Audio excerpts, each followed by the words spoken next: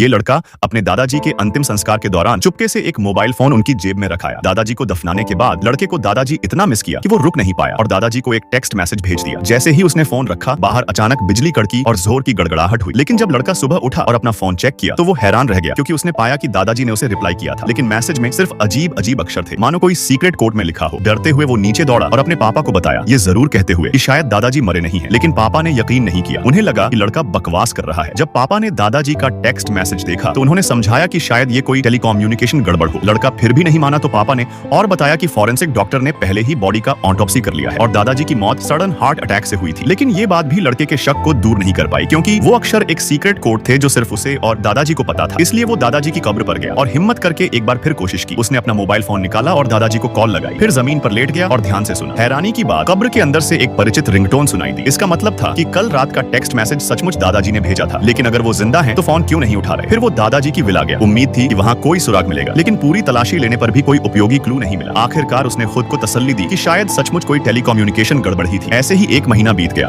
और लड़का धीरे धीरे इस बात को भूलने लगा। फिर आया डांस पार्टी का दिन। लड़के ने अपनी क्लास की सबसे पॉपुलर लड़की के साथ डांस किया, जिससे स्कूल का बुली गुस्से में आ गया। उसने लड़के को जबरदस्ती बाहर घसीटा और बुरी तरह पीटा। इतना करने पर भी उसका गुस्सा शांत नहीं हुआ। जाने से पहले उसने लड़के के दोनों हाथ क्रॉस करके जमीन पर दबा दिए। घर लौटकर लड़का बाथरूम में छिप गया और दादाजी का नंबर डायल किया। सारी शिकायतें रो रो कर उन्हें सुनाई। लेकिन अगले दिन जो हुआ उसकी उम्मीद नहीं थी। क्लासमेट्स ने मैसेज भेजा कि स्कूल बुली रहस्यमयी तरीके से गायब हो गया। लड़का यकीन नहीं कर पाया जब तक कि वो मौके पर नहीं पहुंचा और पुलिस को बुली की लाश ले जाते नहीं देखा। पुलिस से पता चला कि लाश के हाथ क्रॉस थे, बिल्कुल उसी पोजीशन में जैसा कि उसे पीटते वक्त किया गया था। सच जानकर लड़का पूरे दिन खामोश और परेशान रहा। क्लास टीचर ने कुछ गड़बड़ महसूस की तो छुट्टी लेकर घर जाने को कहा और बोली कि ये एक एक्सीडेंट था। लड़का समझ गया कि टीचर अच्छाई कर रही है, लेकिन अंदर से वो जानता था कि सब कुछ दादाजी से जुड़ा हुआ है। इसलिए शाम को उसने फिर दादाजी को कॉल लगाई, लेकिन जैसे ही फोन रखा अचानक दादाजी का कॉल बैक आ गया। अगर तुम होते तो उठाते क्या?